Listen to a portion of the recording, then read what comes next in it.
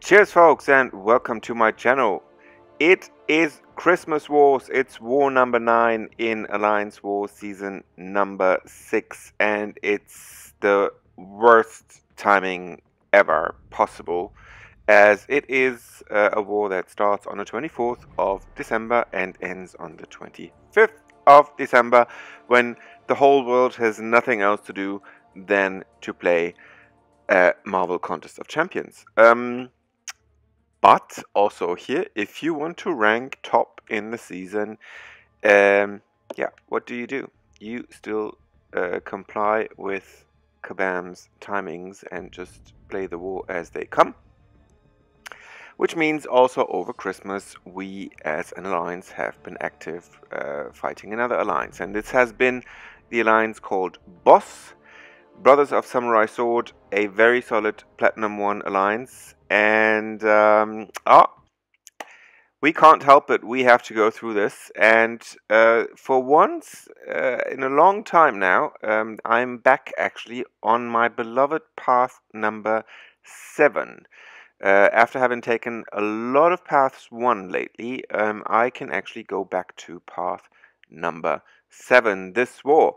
That means that Void is back. Void, and I decided to bring along Corvus also, as well as Killmonger for the synergy with Void. I really love the synergy Killmonger has with Void, which means that Void is healing 1% for every debuff that I inflict on the opponent. And I start on the right hand side. I start on node number 4. It's a 6-star undupe science champion, and on this node you have plus 150% attack, plus 250% health, immunity to poison, immunity to bleed, and it's also a limber node, which means that after stunning this opponent, the next stun time is reduced by 20%. And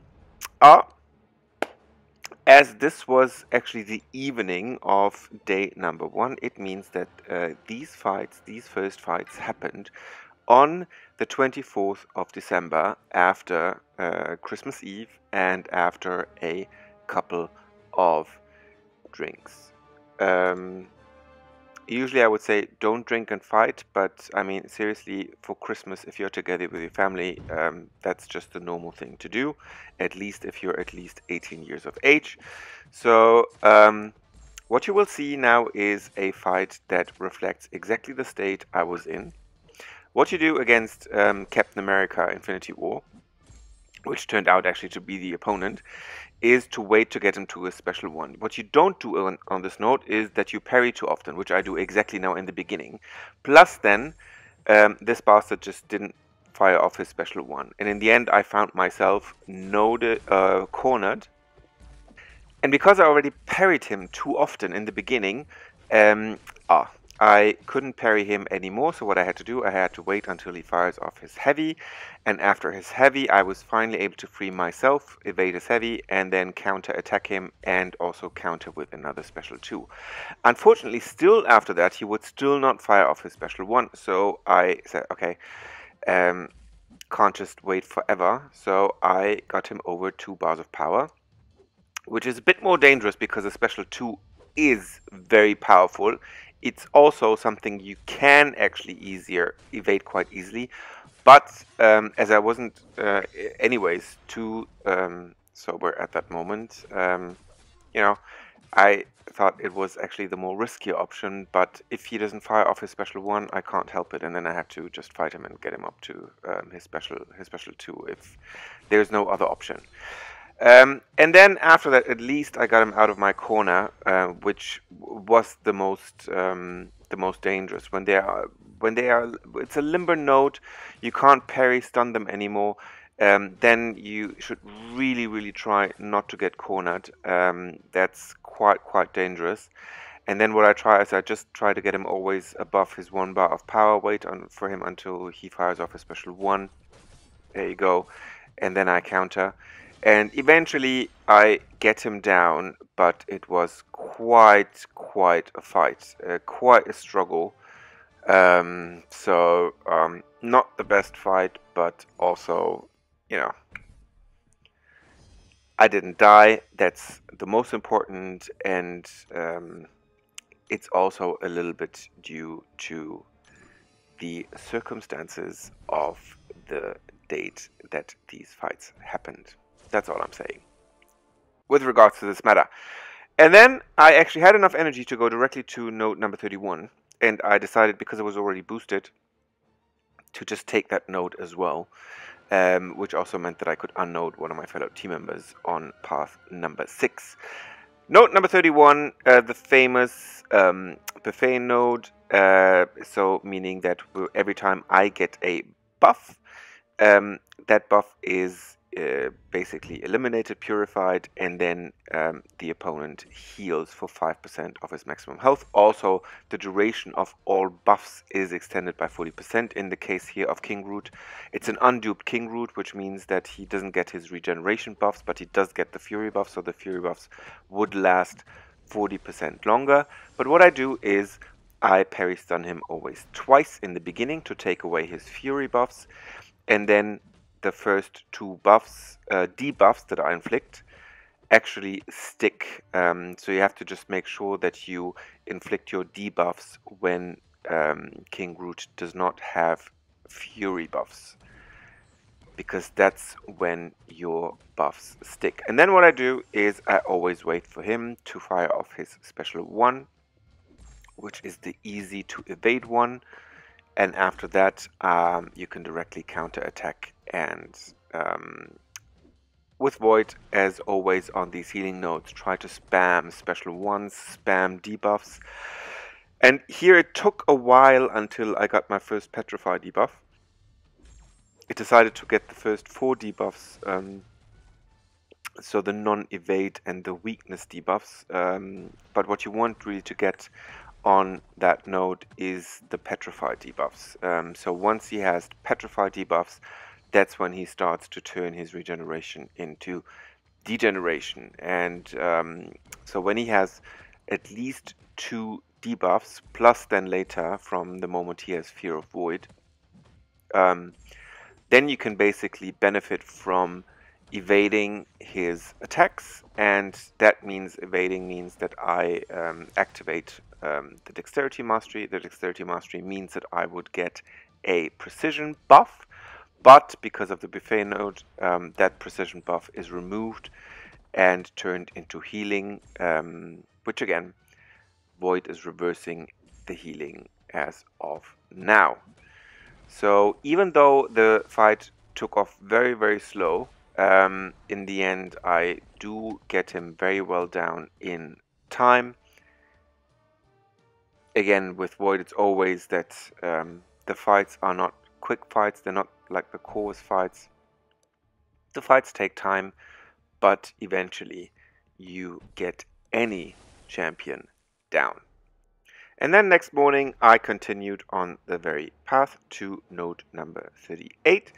And node number 38 being a 6-star unduped tech champion, and node number 38 is the famous aggression armor node, meaning that every 2 seconds this opponent gains armor up unless you hit. For every hit you take away then an armor up. And also this node has the explosive personality advantage, which means that every time, or when you hit your opponent 5 times in the block, you lose 25% of your max health. It usually is a node that is a typical Iron Man Infinity War node, but also sometimes people that have Iron Man Infinity War, they like to also place a second tech champion to trick a little bit, or to deceive a little bit, okay, where the Iron Man Infinity War is actually placed. And so it was like this in this case, which turned out actually to be a nebula. A nebula which is very easy to evade special 1. And also with a Corvus, who by now had actually 1 persistent charge, because Captain America Infinity War is an Avenger, so gave Corvus Glaive a mission.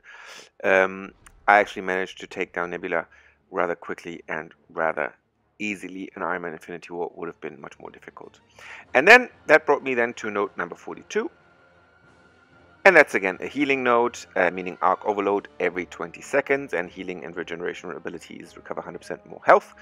And the champion boost is plus 200% attack and plus 350% health. And because it's a 6-star unduped mutant champ with a persistent charge, this had to be a bishop.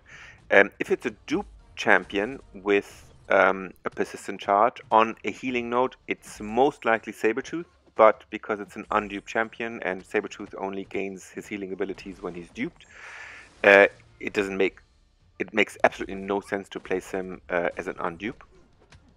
So in that case, it had to be Bishop. Bishop, not so easy to evade specials, both of them. I still prefer Special 2 because you can partly evade Special 2.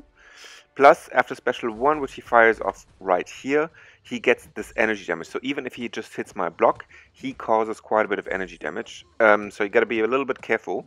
But you have... It's the same strategy with Void. I inflict my debuffs, especially, again, I want the Petrify debuffs, so that whenever the Arc Overload triggers, actually Bishop doesn't heal, but he degenerates, which he does basically as of now. And then you can basically watch your opponent die. Don't have to hit that much, actually. They basically kill themselves, or the healing kills them, or your debuffs actually kill them in the end. So that was a very straightforward, very good fight. And here, even though, you know, he hits me a couple of times when he has this extra energy damage, but because of that perfect synergy with Killmonger, Void is almost at full health, because again, for every debuff I inflict on my opponent, I gain 1% of my maximum health back. And that brought me then to the Miniboss. The Miniboss always 200% attack, 500% extra health, and in this case also plus 200% recovery or healing regeneration abilities. And the famous strike back node, whenever I fire off a special, my opponent gains 1 bar of power. And it's a very common node for a Cable. I think I showed many fights with when I fought a Cable on that node already in the past. Right now, I feel like the opponents tend not to fire off their specials so easily, because also here I like Cable to fire off his special 1, and I'm trying to, you know, evade, wait for him, and usually he does it quite much earlier. But in that case, it took him really quite a bit. And then I didn't pay attention enough, and I actually fired off my special 2. I didn't want to fire off my special 2. But okay, so that's how the fight started. I also missed a block. Again, another perfect Christmas fight. But then from this moment on, I was awake and I was ready to take on the rest of the fight, letting Cable fire off his special 2 here. Still, also here, until that moment, I didn't yet have any Petrify debuff on him, which made it a bit difficult for me to fire off any of my specials, because as long as he doesn't suffer from Petrify, he does gain this full bar of power from the strike back node. Now he has 1 Petrify debuff, which means if I fired off a special now, he would gain half a bar of power, and now he has 2 Petrify debuffs, and from that moment on, I can fire off any special I want, and he does not gain any more power from it. So from this moment on, the fight is a lot easier. I still try to make him fire off his special 1. I like the special 1. I like to evade the special 1, because after the special 1, you can just directly counter attack. So you wait here, punch, and then back off all the way, and then you can directly counter attack, and then again spam specials 1. And once you're in this mode that you keep the specials 1 coming and the debuffs coming, then he just really degenerates until he is down. And finally, in the end, he was down. And that meant, even though it was some strange, struggling Christmas fights, I again managed to clear my path without dying. And again, that's the only thing that counts. That's the thing that's most important. And it also meant that I contributed to what in the end turned out to be victory number 8 in a row. So it is now 8 winning streak. We are still number 3 in the ranking, and that's where we want to be end of the season. So 3 more wars to come, and we hope that we can win all those 3. That would secure, hopefully then, our top 3 position by the end of the season. With that, I hope that all of you had a wonderful Christmas, that all of you did find some time between the Marvel Contest of Champion fights to actually enjoy time with your families and dearest. And if you found this video helpful, useful, feel free to give it a like. If you are new to the channel and would like to see more videos like this in the future, please hit the subscribe button. And I hope to see you very, very soon again on my channel. Cheers, folks.